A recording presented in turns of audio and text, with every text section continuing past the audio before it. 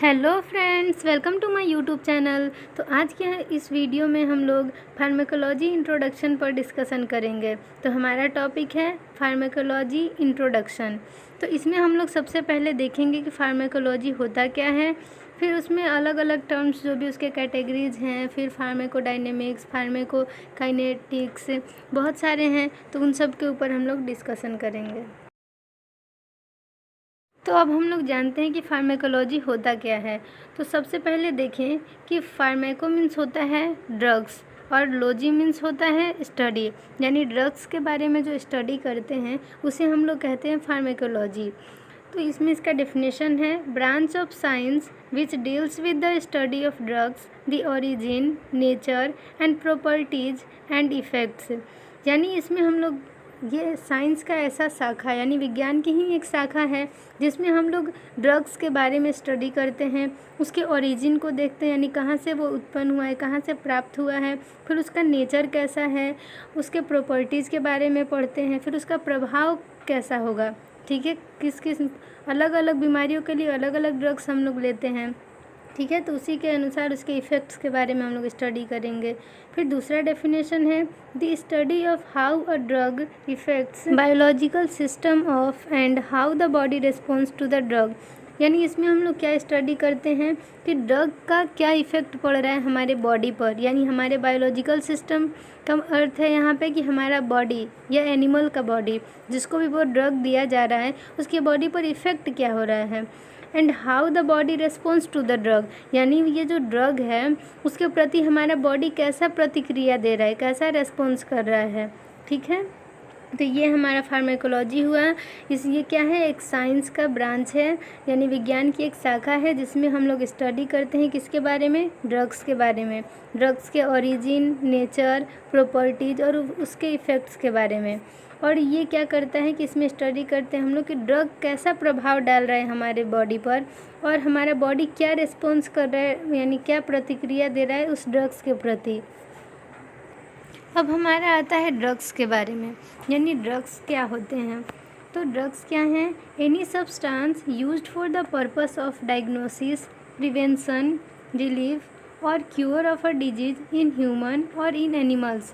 यानी ड्रग्स क्या है, वो एक ऐसे सब्सटेंस है जिसका यूज हम लोग किसी भी बीमारी के डायग्नोसिस के लिए, ठीक है, जांच के लिए करते हैं, प्रिवेंशन के लिए करते हैं, या फिर कोई भी बीमारी हो गया, ठीक है, उसके आराम के लिए, यानी उससे रिलीफ पाने के लिए, उसको ठीक करने के लिए, ये या तो एनिमल में हो या हमारे ह्यूमन बीइंग में हो, किसी में भी ड्रग्स को दिया जाता है बीमारी को ठीक करने के लिए, बीमारियों की जांच करने के लिए। ठीक है, प्रिवेंशन में हम लोग यहाँ पे क्या होगा कि जैसे इम्यूनाइजेशन, वैक्सीनेशन होता है, वो सब प्रिवेंशन है, तो वो भी तो ड्रग्स के थ्रू ही होता है। तो ड्रग्स क्या है, एक सब्सटेंस है, ठीक है, जो कि हमारे किसी भी बीमारी के डिजीज़ के डायग्नोसिस, प्रिवेंशन और क्योर में हेल्पफुल होता है। अब है हमारा मेडिकेशन। तो मेडिकेशन क्या होता है कि drugs given for therapeutic purposes, यानी ऐसे ड्रग्स जो कि किसके लिए दिए जा रहे हैं, किसी भी बीमारी को ठीक करने के लिए। ठीक है, यानी थेराप्यूटिक पर्पस है उसका, बीमारी को ठीक करने के लिए। अब ये जो फार्माकोलॉजी होता है वो दो टाइप के होते हैं। फर्स्ट है हमारा experimental pharmacology and second one है हमारा क्लिनिकल फार्माकोलॉजी। तो एक्सपेरिमेंटल फार्माकोलॉजी क्या होता है कि इसका यूज हम लोग एक्सपेरिमेंटल पर्पस के लिए करते हैं, ये हमारे लैब्स में किए जाते हैं। और किस पर किए जाते हैं, तो एक्सपेरिमेंटल एनिमल्स पर। और ये हमारा ऐसे ही नहीं कर देते हैं कोई भी, इस पे हमारा क्या है, बहुत सारे गाइडेंस दिए गए हैं, उन गाइडेंस को फॉलो करते हुए एनिमल्स पे ये एक्सपेरिमेंट किए जाते हैं। कल फार्माकोलॉजी, तो इसमें हम लोग स्टडी करते हैं ड्रग्स के इफ़ेक्ट के बारे में। ठीक है, क्लिनिकल फार्माकोलॉजी में क्या है कि ड्रग्स के यूजेज, उसके इफ़ेक्ट्स और ज़्यादा से ज़्यादा लोगों तक उसको कैसे पहुंचाया जाए, तो ये सब हमारे क्लिनिकल फार्माकोलॉजी में होता है। यानी ह्यूमन बॉडी पर ड्रग का कैसा इफ़ेक्ट हो रहा है, इसको स्टडी करना क्लिनिकल फार्माकोलॉजी है। ठीक है, तो एक्सपेरिमेंटल फार्माकोलॉजी देखेंगे तो it is used in experiment purpose and done in laboratory on experimental animals. यानी वही बात है कि एक्सपेरिमेंटल पर्पस के लिए इसे यूज किया जाता है और इसे लैब्स में यानी लेबोरेटरी में किया जाता है, वो भी किस पर, तो एक्सपेरिमेंटल एनिमल्स पे, यानी एनिमल्स पर इसे ड्रग्स को पहले रिसर्च के तौर पे या फिर उसको जांच किया जाता है कि सही लोगों के लिए, ह्यूमन बीइंग के लिए वो सही है या नहीं, सूटेबल है या नहीं। ठीक है, तो एक्सपेरिमेंट पर्पस के लिए लैब्स में एक्सपेरिमेंट किए जाते हैं एनिमल्स पे, तो वो हमारा एक्सपेरिमेंटल फार्मेकोलॉजी हुआ। अब हमारा क्लिनिकल फार्मेकोलॉजी में देखें तो ये है study of effects of drugs in human beings. यानी कि कोई भी ड्रग जो है वो लेने के बाद, यानी कोई ह्यूमन बीइंग ड्रग्स लेता है तो उसके बॉडी पर क्या इफ़ेक्ट हो रहे हैं। ठीक है, तो study of effects of drugs in human being is known as clinical pharmacology. ठीक है, तो ह्यूमन बीइंग पर ड्रग का क्या इफ़ेक्ट हो रहा है, इसके स्टडी को हम लोग क्या कहेंगे, क्लिनिकल फार्मेकोलॉजी। अब हमारा आता है फार्माकोडायनेमिक्स। इसमें क्या होता है कि what the drug does to the body, it includes affect of drugs and their mechanism of action at organ system. यानी इसमें हम लोग क्या स्टडी करते हैं, क्या देखते हैं कि ड्रग का हमारे बॉडी पर क्या इफ़ेक्ट हो रहा है। ठीक है, यानी it includes effect of drugs and mechanism of action, यानी हमारे बॉडी पर ड्रग कैसा इफेक्ट दिखा रहा है, हमारे बॉडी पर क्या मैकेनिज्म शो कर रहा है ड्रग्स। ठीक है, तो वो सब हमारा फार्माकोडायनेमिक्स हो गया। अब हम लोग देखेंगे फार्माकोकाइनेटिक्स। तो इसमें क्या होता है, what the body does to the drug, movement of drug in and alteration of drug by the body, that includes absorption, distribution, storage, biotransformation and excretion of drug. तो हम लोगों ने फार्माकोडायनेमिक्स में क्या देखा था कि ड्रग क्या एक्शन कर रहा है हमारे बॉडी पर। अब हम लोग फार्माकोकाइनेटिक्स में देखेंगे कि जो बॉडी है वो कैसा रिस्पॉन्स कर रहा है ड्रग्स के प्रति। ठीक है, तो बॉडी में क्या होगा, जब अंदर ड्रग्स लिए हम लोग, ठीक है, मान के चलिए ओरली ही लिए हैं, माउथ के थ्रू लिए हैं, तो उसमें क्या होता है कि वो जीआई ट्रैक्ट से जाएगा। नहीं तो अगर हम लोग ड्रग को सिस्टमेटिक वे से लेते हैं तो वो हमारे सर्कुलेशन में डायरेक्टली जाएगा। यानी कि क्या होता है कि हम लोग वेन नसों में सुई लिया करते हैं तो वो तो हमारे डायरेक्टली ब्लड के थ्रू जाता है, सर्कुलेटरी सिस्टम में जाता है। तो क्या होता है कि देखिए, अगर ड्रग ओरली माउथ में, मुंह के थ्रू लिए हैं, माउथ के थ्रू, तो क्या होता है कि वो जीआई ट्रैक्ट में जाता है, फिर वहाँ पे क्या होता है, प्रोसेसेस होते हैं। तो वही बोल रहा है कि हमारा बॉडी क्या रिस्पॉन्स कर रहा है ड्रग्स के प्रति, तो वो हमारा फार्माकोकाइनेटिक्स में आता है। तो इसको हम लोग एक ट्रिक से याद कर सकते हैं, एडमी, ADME, ए से एब्जॉर्प्शन, डी से डिस्ट्रीब्यूशन, एम से मैकेनिज्म और हमारा होता है ई से एक्सक्रीशन। यानी कोई भी ड्रग अगर हम लोग लेते हैं तो सबसे पहले क्या होगा, हमारे बॉडी में, यानी हमारे जो भी सिस्टम है उसमें एब्जॉर्ब होगा, फिर सारे पार्ट्स में डिस्ट्रीब्यूट होगा, फिर वो क्या होता है कि वो मैकेनिज्म शो करता है। मैकेनिज्म में हमारा स्टोरेज और बायो ट्रांसफॉर्मेशन आएगा। ठीक है, और उसके बाद हमारा आता है एक्सक्रीशन, यानी कि फिर वो स्किन के थ्रू या फिर हम लोग जो सांस लेते हैं, छोड़ते हैं, एक्सेल इनहेल करते हैं, तो क्या होता है कि वो लंग्स के थ्रू भी एक्सक्रीट हो जाता है, या फिर हमारे एक्सक्रीटरी पार्ट, एक्सक्रीटरी सिस्टम जो है उसके थ्रू वो बाहर निकल जाएगा। ठीक है, अब हमारा है केमोथेरेपी। तो इसमें क्या होता है, हमारा ट्रीटमेंट ऑफ सिस्टमेटिक इन्फेक्शन और malignancy drug with the specific that have selective toxicity for the infective organism or malignant cells with the minimum effect on human cells। यानी इसमें क्या होता है, हमारा, हम लोगों ने केमोथेरेपी के बारे में बहुत बार सुना होगा। कैंसर जिसको होता है उसमें उसको केमो दिया जाता है, केमोथेरेपी किया जाता है उस पर। तो इसमें क्या है हमारा कि देखिए, जब भी ये कैंसर कैसे होता है, वो मैलिग्नेंसी के चलते होता है, यानी सेल बहुत ज़्यादा डिवाइड होने लगते हैं, पूरे बॉडी में वो स्प्रेड होने लगते हैं। ठीक है, तो ये सिस्टमेटिक इन्फेक्शन है, पूरे बॉडी में वो स्प्रेड हो रहा है। ठीक है, तो उसके लिए ट्रीटमेंट दिया जाता है केमोथेरेपी। तो ये ट्रीटमेंट जो होता है वो जो टॉक्सिसिटी है, ठीक है, टॉक्सिसिटी तो हम लोग समझते हैं कि वो ऑर्गेनिज्म को किल कर देगा। ठीक है, तो इसमें क्या है, सेलेक्टिव टॉक्सिसिटी है, यानी जो ऑर्गेनिज्म, जो हम लोगों को इन्फेक्शन कॉज कर रहा है, जो ऑर्गेनिज्म, बस उसी को वो मारेगा। ठीक है, वो दूसरे सेल्स को हार्म नहीं करेगा हमारे।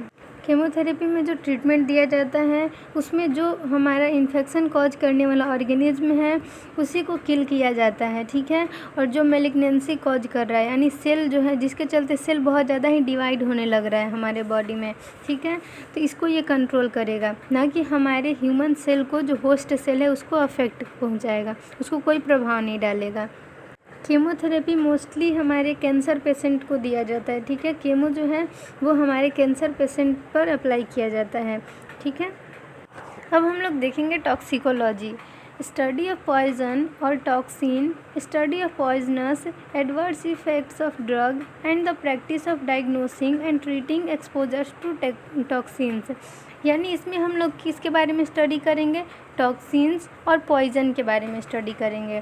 यानी कि कोई ड्रग अगर हम लोग दे रहे हैं तो उससे क्या उसका पॉइजनस इफ़ेक्ट हो रहा है, यानी उससे क्या उल्टा प्रभाव पड़ रहा है, क्या उसके साइड इफ़ेक्ट्स हैं, एडवर्स इफ़ेक्ट क्या हो रहे हैं, ये सारे हमारे टॉक्सिकोलॉजी में स्टडी किए जाते हैं, ठीक है। और फिर है कि वो जो ड्रग्स जो है वो हमारा जो टॉक्सिसिटी कॉज कर रहा है, यानी कि जो वो पॉइजनस इफ़ेक्ट, एडवर्स इफ़ेक्ट वो शो कर रहा है, तो उसको हम लोग कैसे कंट्रोल करेंगे, ठीक है, उसको कैसे ट्रीट करेंगे, उसको पता कैसे लगाएंगे कि हाँ उस ड्रग्स के चलते ये साइड इफ़ेक्ट्स आ रहे हैं।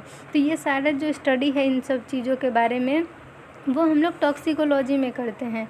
तो टॉक्सिकोलॉजी क्या है, तो हम लोग जिसमें ड्रग्स के एडवर्स इफ़ेक्ट के बारे में स्टडी करते हैं और क्या करते हैं कि उसके जांच उसका कैसे करेंगे कि हाँ ड्रग्स के प्रति ये टॉक्सिसिटी हो रहा है, ये हमारा एडवर्स इफ़ेक्ट हो रहा है हमारे बॉडी पे, तो इसके बारे में जांच करना भी हमारे टॉक्सिकोलॉजी में ही आता है। और फिर वो जो भी साइड इफ़ेक्ट आ रहे हैं उसको ट्रीट कैसे करेंगे ये भी हमारा टॉक्सिकोलॉजी में ही आता है। अब हम लोग एगोनिस्ट के बारे में स्टडी करेंगे। तो एगोनिस्ट क्या होते हैं, it binds to a receptor and activates the receptor to produce a biological response. यानी कि ये क्या है कि ये हमारे जो बॉडी में रिसेप्टर प्रेजेंट होते हैं उससे ये बाइंड करते हैं और उसको एक्टिवेट कर देते हैं यानी सक्रिय कर देते हैं, ठीक है। और क्या करते हैं हमारे बॉडी पे बायोलॉजिकल रिस्पॉन्स करते हैं। यानी कि क्या होगा कि जैसे में हम लोग ओपियोड्स लिए, ठीक है, ओपियोड्स लेने से क्या होता है कि वो ओपियोड रिसेप्टर जो हमारे बॉडी में है उससे वो क्या करेगा कि बाइंड कर लेगा, ठीक है, उससे जुड़ जाएगा।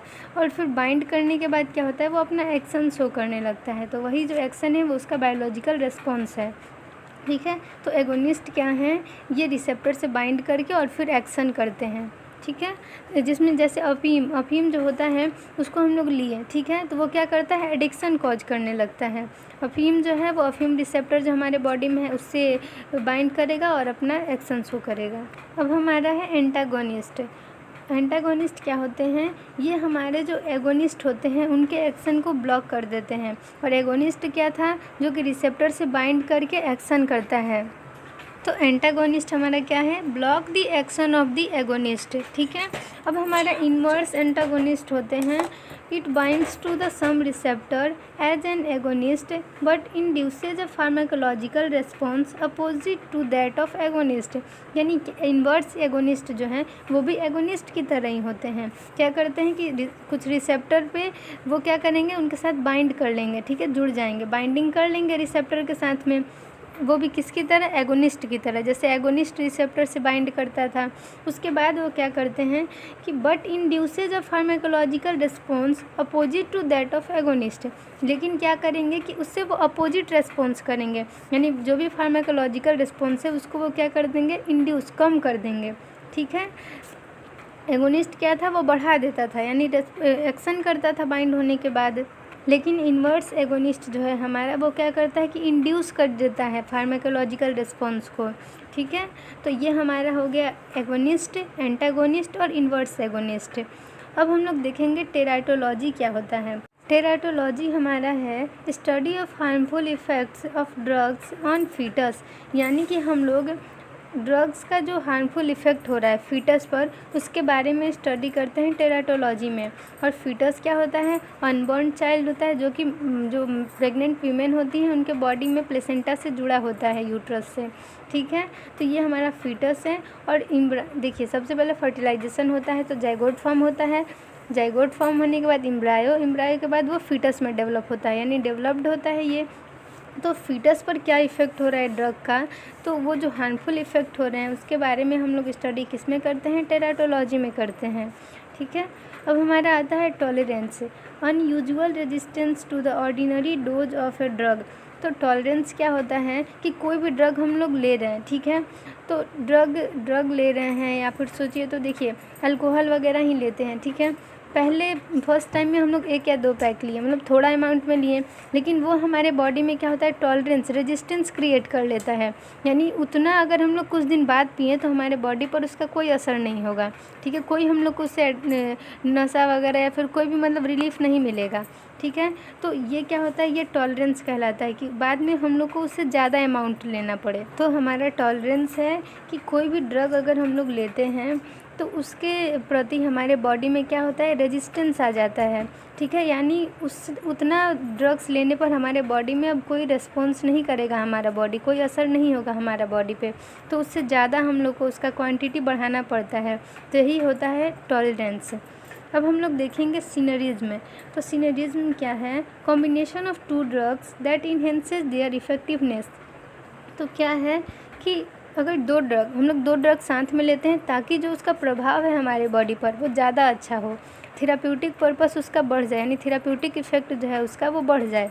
जैसे में आयरन टेबलेट और हम लोग क्या लेते हैं, विटामिन सी का टेबलेट एक साथ अगर लेते हैं तो विटामिन सी के लेने से क्या होता है कि आयरन का एब्जॉर्प्शन बढ़ जाता है, तो इससे उसका इफ़ेक्टिवनेस तो बढ़ा, तो इससे ज़्यादा बेनिफिट्स हैं हम लोग को। इसीलिए सिनर्जिज्म क्या है हमारा कि 2 ड्रग्स जब एक साथ लेते हैं, वो भी क्यों लेते हैं, ताकि उसका जो प्रभाव है, उसका जो बेनिफिट है, लाभ है, वो बढ़ जाए। ठीक है, ज़्यादा अच्छे से काम करे बॉडी में। तो आयरन टैबलेट और हमारा जो विटामिन सी का टैबलेट है वो दोनों साथ में लेते हैं, ताकि अगर विटामिन सी के चलते आयरन का एब्जॉर्प्शन बढ़ जाएगा, तो ये दोनों हमारे बॉडी में अच्छे से काम करेंगे, विटामिन सी और आयरन का टैबलेट। तो ये हमारा है सिनर्जिज्म। अब हमारा है प्लेसबो। प्लेसबो क्या होता है, inert doses which are sucrose और lactose tablets may advised by physician or prescriber which is followed by striking improvement in sleep and general well-being।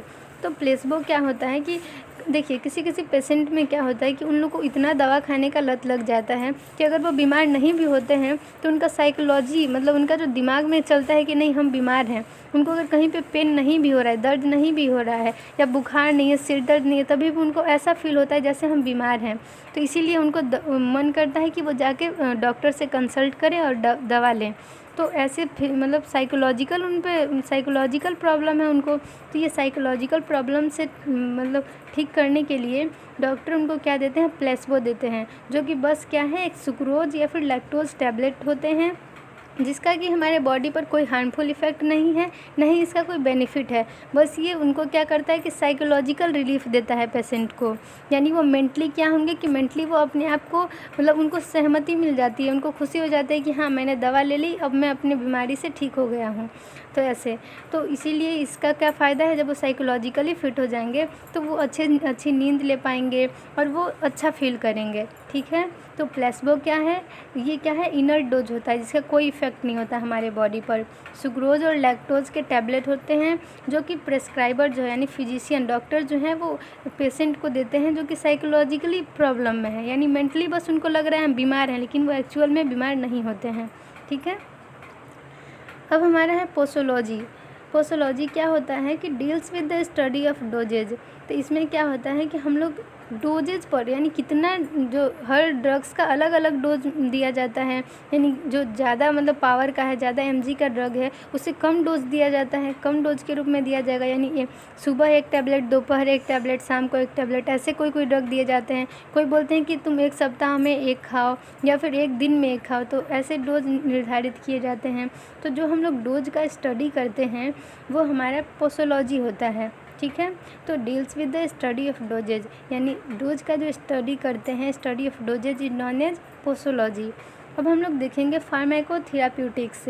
ये क्या है, clinical application of pharmacodynamics and pharmacokinetics information to cure disease, यानी कोई भी बीमारी को ठीक करने के लिए हम लोग क्या करते हैं, फार्माकोडायनेमिक्स और फार्माकोकाइनेटिक्स के बारे में जानकारी रखते हैं। ये ज़रूरी है, ये दोनों जानेंगे तभी तो हम लोग कोई भी ड्रग्स को अच्छे से बना पाएंगे या फिर ड्रग दे पाएंगे किसी को। तो हमारा क्या है कि फार्माकोडायनेमिक्स में क्या होता है कि ड्रग क्या इम्पैक्ट डाल रहा है, क्या प्रभाव डाल रहा है हमारे बॉडी पर। और फार्माकोकाइनेटिक्स क्या होता है कि वो जो हमारा बॉडी है वो ड्रग को लेने के बाद ड्रग के प्रति क्या क्या प्रतिक्रिया दे रहा है। तो ड्रग अगर हम लोग लेते हैं तो हमारे बॉडी में क्या होता है, पहले एब्जॉर्प्शन होगा, फिर डिस्ट्रीब्यूशन होगा, फिर एम से मैकेनिज्म होता है, फिर एक्सक्रीट हो जाता है वो। अब हम लोग इसमें देखेंगे फार्माकोविजिलेंस। तो इसमें हम लोग क्या पढ़ेंगे, deals with the continuous monitoring for unwanted effects and other safety related aspects of marketed drugs. यानी इसमें हम लोग किस चीज़ के प्रति हम लोग क्या स्टडी करते हैं, इसमें क्या डील करते हैं। तो है कि कोई भी देखिए कोई भी ड्रग होता है, अगर उसका आविष्कार हो गया, वो बनने लगा, अब उसको क्या होता है मार्केट में सप्लाई किया जाता है। तो मार्केट में सप्लाई करने के बाद उसको लोग कितना ख़रीद रहे हैं, कितना डॉक्टर्स के द्वारा उसको प्रेस्क्राइब किया जा रहा है और उसके क्या क्या इफ़ेक्ट आ रहे हैं, ठीक है। तो इन सब चीज़ों का मॉनिटरिंग किया जाता है। तो ड्रग्स का जो भी अनवांटेड इफ़ेक्ट हो रहा है और उसकी सुरक्षा के प्रति, ठीक है, जो भी हमारी स्टडी होती है, जो भी मॉनिटरिंग किया जाता है, वो हमारा फार्माकोविजिलेंस में होता है, ठीक है। तो इसमें हमारा देखिए 4 वर्ड्स यहाँ पे दिए गए हैं, detection, assessment, understanding and prevention. यानी पहले डिटेक्ट किया जाएगा, मॉनिटरिंग किया जा रहा है ना कि जो ड्रग सप्लाई किया गया मार्केट में, लोग उसको ख़रीद रहे हैं, लेने के बाद उन पर क्या उसका इफ़ेक्ट आ रहा है, क्या साइड इफ़ेक्ट्स आ रहे हैं, कितना बेनिफिट्स हैं, ठीक है। और फिर उनकी सुरक्षा को लेकर मॉनिटरिंग किया जा रहा है कि उनको ऐसा भी नहीं हो कि वो दवा लेने के बाद वो मर जाएं, ठीक है। तो उनकी सेफ्टी को लेकर भी वो लोग ध्यान रख रहे हैं, ठीक है। इसके बाद हमारा आता है असेसमेंट, यानी उसको असेस किया जाता है, फिर उसको समझा जाता है कि उसको कैसे, मतलब वो क्यों ये साइड इफ़ेक्ट्स आ रहे हैं। उसमें उसके कंपोजिशन वगैरह को फिर देखेंगे वो लोग, वो तो जो इन्वेंट किए हैं, आविष्कार किए हैं दवा का, वही सब उसको रिसर्च करेंगे, फिर उसको सुधारेंगे, उसमें जो प्रॉब्लम्स आ रही हैं जिसके चलते साइड इफ़ेक्ट्स आ रहे हैं। फिर हमारा होता है प्रिवेंशन, यानी उससे बचाव कैसे करेंगे। जैसे में कोई दवा होता है, अगर वो लेंगे तो उसके बाद कोई गैस का प्रॉब्लम होता है, नोजिया की फीलिंग आती है, वॉमिटिंग जैसा, सिर दर्द होने लगता है, हेडेक या फीवर आने लगते हैं, तो डॉक्टर क्या करते हैं कि जैसे कोई दवा खाएं, ठीक है, उसके बाद कभी कभी होता है कि एलर्जी भी होने लगती है, जिसके लिए एविल देते हैं डॉक्टर। कभी कभी अगर गैस की प्रॉब्लम हो जाए तो उसके लिए भी दवा देते हैं, ठीक है। तो ये सब क्या है, अदर साइड इफ़ेक्ट्स हैं जिसको ध्यान में रखते हुए यहाँ पे मॉनिटरिंग किया जाता है। और वो जो इसके बारे में हम लोग जो स्टडी करेंगे वो हमारा होगा फार्माकोजीनोमिक्स देखेंगे हम लोग इसमें। तो फार्माकोजीनोमिक्स क्या होता है, ये deals with the genetic makeup of individual to choose the drug therapy. यानी क्या होता है कि हम लोग क्या होता है कि कभी कभी ऐसा केस आ जाता है जिसमें हम लोग को पेशेंट का जेनेटिक मेकअप करना पड़ता है, यानी उसका जीन में बदलाव करेंगे। जैसे कोई क्या होता है कि बीमारी जेनेटिक होता है, जैसे मिर्गी आना, तो ये सब जो होता है वो क्या होता है कि जेनेटिक होता है। एड्स की प्रॉब्लम जेनेटिक, सेक्सुअली हो जाएगा, ट्रांसमिट होता है। तो कुछ ऐसे होते हैं, डायबिटीज़ भी माना जाता है कि वो जेनेटिक भी है, ठीक है, या ओबेसिटी हो गया, मतलब बहुत सारे ऐसे ऐसे डिजीज़ हैं जो कि क्या होता है कि वो हमारा जेनेटिक्स होता है। तो उन सब चीज़ों को कंट्रोल करने के लिए यहाँ पे क्या होता है, जेनेटिक मेकअप होता है, ठीक है। जीन में बदलाव किया जाता है, ड्रग थेरेपी, यानी ड्रग्स को, यानी उसको मेडिसिन प्रेस्क्राइब किए जाते हैं डॉक्टर के द्वारा, जिससे उसके जीन में बदलाव हो और वो क्या हो कि वो अपने जो उसको जो बीमारी है वो पेशेंट को वो उससे ठीक हो जाए, ठीक है। तो यही होता है फार्माकोजीनोमिक्स, जिसमें हम लोग स्टडी करते हैं जेनेटिक मेकअप के ऊपर, ठीक है। जेनेटिक मेकअप यानी जीन में बदलाव करके, यानी ड्रग थेरेपी के द्वारा जो जीन में बदलाव किया जाता है उसके बारे में जो स्टडी होगा वो हमारा फार्माकोजीनोमिक्स में होता है। अब हम लोग देखेंगे फार्माकोजेनेटिक्स। तो ये क्या है, ये deals with the study of inherited difference in the drug metabolism और ड्रग रिस्पॉन्स इन ह्यूमंस। यानी क्या होता है, देखिए हमारा जो क्या होता है कि जो हमारे पेरेंट्स होते हैं, मान के चलिए हमारे पेरेंट्स कोई दवा ले रहे हैं, ठीक है, मेडिसिन्स ले रहे हैं, उसके चलते क्या होता है कि उनके जीन में, यानी उनके डीएनए में कोई बदलाव आ जाते हैं। जैसे अभी पिछले में हम लोग देखे फार्माकोजीनोमिक्स यानी जेनेटिक मेकअप, ऐसा ड्रग थेरेपी दिया जा रहा है कि उसका जीन में बदलाव आ रहा है, ठीक है। तो वो जो जीन में बदलाव आया वो तो हमारे जो ऑफस्प्रिंग है, यानी जो नेक्स्ट जनरेशन है, उसमें भी इनहेरिट होगा, यानी पास होगा। तो इसके बारे में जो स्टडी करते हैं वो हमारा फार्माकोजेनेटिक्स होता है। तो देखिए, deals with the study of inherited difference in the drug ठीक है। यानी एक जनरेशन से दूसरे जनरेशन में क्या होता है कि एक दवा अभी हम लोग मतलब कोई दवा ले रहे हैं, ठीक है, अगले जनरेशन में वही दवा ले रहे हैं, तो उसमें हम लोग कंपेयर करते हैं कि क्या क्या फ़र्क आ रहा है, ठीक है। रेजिस्टेंस भी तो आने लगता है हमारे बॉडी में, टॉलरेंस होने लगता है, मेटाबॉलिज्म और ड्रग रिस्पॉन्स इन ह्यूमंस। वही है कि हमारे इसमें मेन स्टडी क्या होगा कि एक जनरेशन से दूसरे जनरेशन में कंपैरिजन करेंगे कि एक ही यानी देखिए कोई भी ड्रग्स लेते हैं हम लोग तो क्या होता है कि उसके प्रति हमारे बॉडी में टॉलरेंस आने लगता है। हमारे जीन में भी कभी कभी ऐसे ऐसे ड्रग्स होते हैं जिसके चलते हमारे जीन में बदलाव होने लगता है, ठीक है। हेरिडेटरी यूनिट है हमारा जीन, ठीक। तो इन सब चीज़ों के बारे में स्टडी करते हैं, यानी ये भी जीन से रिलेटेड है। यानी इनहेरिटेड डिफरेंस के बारे में जो हम लोग स्टडी करेंगे वो हमारा फार्माकोजेनेटिक्स में आएगा। अब हम लोग फार्माकोएपिडेमियोलॉजी के बारे में देखेंगे, ठीक है। फार्माकोएपिडेमियोलॉजी में होता है ये deals with the study of use and effects of the drug in large population to establish risk benefit ratio of the drug. यानी इसमें हम लोग किस चीज़ के बारे में स्टडी करेंगे, तो ये क्या है कि देखिए कोई भी ड्रग्स जो है वो क्या होता है कि सप्लाई कर दिया गया मार्केट में, लोग उसे ख़रीदने लगे, अब देख रहे हैं कि उसका कितना लोग यूज कर रहे हैं, ठीक है। तो आजकल के टाइम में देखिए पैरासीटामोल कितना ज़्यादा यूज होता है, तो उसका यूज और उसका क्या इफ़ेक्ट हो रहा है लोगों पर, इन दोनों के बारे में क्या होता है कि लोग स्टडी करते हैं, ठीक है। हम लोग के द्वारा जो स्टडी किया जाएगा वो हमारा फार्माकोएपिडेमियोलॉजी में आता है। और इसी के यूज और इफ़ेक्ट को देखते हुए हम लोग एक रेशियो बनाते हैं, उसका रिस्क और बेनिफिट रेशियो, यानी कितना वो फ़ायदा कर रहा है लोगों को, कितना बेनिफिट पहुंचा रहा है और उससे कितने साइड इफ़ेक्ट्स आ रहे हैं, यानी कितना रिस्की है वो लोगों के लिए। तो इसका जो यूज और इफ़ेक्ट को देखते हुए रेशियो जो हम लोग स्टडी करते हैं वो हमारा होता है फार्माकोएपिडेमियोलॉजी, ठीक है। अब हमारा आता है ड्रग नोमेनक्लेचर, यानी ड्रग नोमेनक्लेचर। पहले हम लोगों ने नोमेनक्लेचर के बारे में स्टडी किया होगा कि किसी भी वस्तु का या भी कोई भी मतलब दुनिया में जो भी चीज़ लाइक करता है, जो भी मैटर है, ठीक है, तो उसका क्या होता है कि नेमिंग कर दिया जाता है, उसको एक नाम दे दिया जाता है जिसके थ्रू वो लोग उसको जानते हैं, ठीक है। तो उसका जो नेमिंग करने का प्रक्रिया है, प्रोसेस है, उसे हम लोग नोमेनक्लेचर कहते हैं, ठीक है। तो ड्रग नोमेनक्लेचर हम लोग देखते हैं कि किस किस बेसिस पर उसका नाम रखा जाता है। तो पहला है केमिकल नेम, यानी कौन कौन उसका कंपोजिशन देख के, यानी क्या क्या केमिकल्स यूज हुए हैं, तो उसके बेसिस पर किसी भी ड्रग्स का, जैसे कि पैरासीटामोल हो गया, क्रोसिन हो गए, तो उनका केमिकल नेम उनके कंपोजिशन के अकॉर्डिंग डिसाइड होगा। अब हमारा दूसरा होता है ऑफिशियल नेम या फिर अप्रूव्ड नेम, यानी क्या होता है जो ये ऐसा नाम, यानी किसी भी ड्रग्स का ऐसा नाम जिसके जो नाम से उसको पूरे दुनिया में जाना जाता है, यानी लोग जहाँ भी नाम लीजिएगा वो तुरंत जान जाएगा कि हाँ इस दवा का नाम ले रहा है, तो वो उसका ऑफिशियली अप्रूव्ड नेम होता है, ठीक है। अब हमारा प्रॉपरेटरी नेम होता है वो किसी भी दवा का जो ब्रांड नेम होगा, जैसे पैरासीटामोल के लिए क्या होता है कि क्रोसिन है, Crocin for paracetamol is the proprietary name, ठीक है। ये क्या है, एक ब्रांड नेम है। और जैसा कि हम लोगों ने पहले देखा केमिकल नेम, यानी कंपोजिशन को देखते हुए उसका नाम रखा जाता है, केमिकल्स को देखते हुए। दूसरा है ऑफिशियली नेम, जिसको कि पूरे दुनिया में जाना जाता है जिस नाम से, ठीक है, यानी ऑफिशियली वो अप्रूव्ड हो गया है।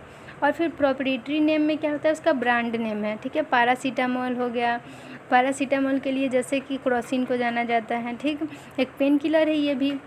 अब हम लोग देखेंगे इसेंशियल मेडिसिन्स, ठीक है। इसेंशियल मेडिसिन्स क्या होता है कि those drugs that satisfy the health care needs of the majority of the population, they should therefore available at all times in adequate amounts and in appropriate forms at a price the community can afford. देखिए तो क्या है कि कुछ ऐसे drugs होते हैं जो कि लोगों को हमेशा ज़रूरत पड़ता है, जैसे पैरासीटामोल हो गया, कुछ पेन किलर्स का हमेशा लोगों को ज़रूरत पड़ता है, यानी स्टमक पेन हो गया या फिर हेडेक हो गया, फीवर, ये सब नॉर्मल ड्रग्स है जो कि लोगों को रोज़मर्रा की ज़िंदगी में कभी हैरेसमेंट हो जाता है या फिर नॉर्मल ऐसे फीवर वगैरह आ जाते हैं, तो ये सब के लिए ये जो मेडिसिन है बहुत ज़रूरी हैं। यानी नॉर्मली ये क्या होने चाहिए, एक तो क्या इनका मेन पॉइंट है कि ये कम रेट का होना चाहिए, ज़्यादा कीमती नहीं होना चाहिए, यानी ज़्यादा एक्सपेंसिव हुआ तो लोग कितना ख़रीदेंगे, इसी से उनका जो इकोनॉमिकल ये स्टेटस है वो कम होने लगेगा, ठीक है। तो ऐसे ड्रग्स जो कि क्या करते हैं कि बहुत पॉपुलेशन को जिसकी ज़रूरत होती है, ठीक है, ऐसा ड्रग्स, और क्या होता है कि वो ज़्यादा मात्रा में प्रेजेंट होना चाहिए, यानी मेडिकल स्टोर पे आसानी से वो मिल जाए। और क्या होता है कि उसका जो प्राइस हो वो कम्युनिटी के अकॉर्डिंग होना चाहिए, ताकि वो उसे अफोर्ड कर सकें, ले सकें। ठीक है, तो इसेंशियल मेडिसिन हम लोग समझ गए कि those drugs that satisfy the health care needs of the majority of the population, they should therefore available at all times in adequate amounts and in appropriate forms at a price the community can afford. यानी कुछ जो ज़रूरतमंद दवाएं होती हैं वो हमेशा present होनी चाहिए सभी मेडिकल स्टोर पे, ताकि लोगों को आसानी से मिल सकें और वो कम कीमत की, मतलब उसका कीमत कम होना चाहिए, ज़्यादा वो पैसे में ना मिले। ठीक है, सस्ते में मिल जाए ताकि लोग उसे अफोर्ड कर सके, गरीब से अमीर सभी। अब हमारा आता है ऑर्फन ड्रग्स। तो ऑर्फन ड्रग्स क्या होते हैं? दीज आर ड्रग्स और biological products for diagnosis, treatment, prevention of rare diseases और कंडीशन। एग्जाम्पल में हमारा है सोडियम नाइट्रेट, फॉर्मपिजोल, सोमाट्रोपिन। ठीक है, तो ये देखिए पहले इसेंशियल ड्रग्स में हम लोग देखे जो कि नॉर्मली जो लोग यूज करते हैं। ठीक है, ऐसे ड्रग्स के बारे में था। अब हमारे ऑर्फन ड्रग्स में क्या है, जिसमें क्रॉनिक डिजीजेज यानी बहुत लंबे समय से जो बीमारी चल रही है और आसानी से ठीक नहीं हो रही है। ठीक है, तो ऐसे बीमारियों के लिए भी ड्रग्स होता है। तो ये सब जो ड्रग्स होंगे वो हमारे ऑर्फन ड्रग्स होते हैं, यानी किसी भी बीमारी के जांच के लिए, उसके ट्रीटमेंट के लिए, या फिर उससे जो बचाव करना है। ठीक है, तो इन सब ड्रग्स को हम लोग ऑर्फन ड्रग्स कहेंगे, जो कि एक्सपेंसिव होता है, महंगे मिलते हैं। ठीक है, तो इसमें हमारा सोडियम नाइट्रेट, फॉर्मपिजोल, सोमाट्रोपिन हो गया, जैसे एड्स की ही दवा है, कैंसर की दवाएं हैं। ठीक है, और भी मिर्गी वगैरह, और जो भी बहुत ही मतलब कॉम्प्लिकेटेड जो बीमारी होती हैं, जो कि जल्दी ठीक नहीं होता है, बस उसका प्रिवेंशन ही हो सकता है। ठीक है, बचाव हो सकता है। कुछ ऐसे जैसे ब्रेन ट्यूमर, कैंसर वगैरह, बहुत सारे ऐसे और भी बीमारियां हैं जो कि बहुत ही डेंजरस होती हैं, और उनकी जो दवाएं होती हैं वो बहुत ही महंगी मिलती हैं, जो कि नॉर्मली जो अगर गरीबों के घर में अगर किसी को हो गया तो समझिए उनका क्या होगा इकोनॉमिक स्टेटस, बहुत ही बुरी स्थिति हो जाएगी उनकी, क्योंकि ये सब दवाएं जो होती हैं बहुत ही महंगी मिलती हैं। इसे अफोर्ड करना बहुत बहुत मुश्किल है। जैसे कि अभी कोरोना की ही मेडिसिन्स हैं, कुछ ऐसी इतनी महंगी हैं कि उनको ख़रीदना जो है इतना आसान नहीं है। ठीक, अब हम लोग देखेंगे ड्रग के कैटेगरीज को। ठीक है, तो दो कैटेगरी में इसे डिवाइड किया गया है। पहला है प्रेस्क्रिप्शन ड्रग्स और हमारा दूसरा है OTC ड्रग्स। तो प्रेस्क्रिप्शन ड्रग्स में क्या है कि prescription drugs are used under only medical supervision and dispensed by an order of medical practitioner only। ये क्या होता है कि बिना ही डॉक्टर के सुपरविज़न के, बिना ही उसके प्रेस्क्रिप्शन के हम लोग इसे नहीं ले सकते हैं। ठीक है, यानी वो क्रॉनिक डिजीज़ के लिए ही मेडिसिन हो गए, समझ लीजिए, वो सारे क्या होते हैं प्रेस्क्रिप्शन ड्रग्स में आते हैं। ठीक है, अब हमारा क्या होता है OTC ड्रग्स, जैसे में बुखार, सर्दी, खांसी, पेट दर्द, जुकाम, फिर पेन किलर वगैरह, ये सब क्या होगा कि OTC ड्रग्स में आते हैं। ठीक है, जिसको कि हम लोग नॉर्मली अगर जाएं काउंटर पे यानी मेडिकल स्टोर पे तो वो हम लोग ले सके विदाउट डॉक्टर के प्रेस्क्रिप्शन। ठीक है, बिना ही डॉक्टर के प्रेस्क्रिप्शन के हम लोग उसे ख़रीद सकते हैं, लेकिन प्रेस्क्रिप्शन ड्रग्स को हम लोग डॉक्टर के कंसल्ट पर ही ख़रीद सकते हैं। ठीक है, तो ये हमारा हो गया OTC ड्रग और प्रेस्क्रिप्शन ड्रग। तो इस तरह से हमारा जो फार्माकोलॉजी इंट्रोडक्शन टॉपिक था वो ख़त्म हुआ, और आप सभी को बहुत बहुत धन्यवाद। प्लीज़ मेरे चैनल को सब्सक्राइब करें, शेयर करें और लाइक करें, ताकि जितनी भी नई वीडियो आने वाली हैं वो आप लोगों तक पहुंच सके। Thank you to all.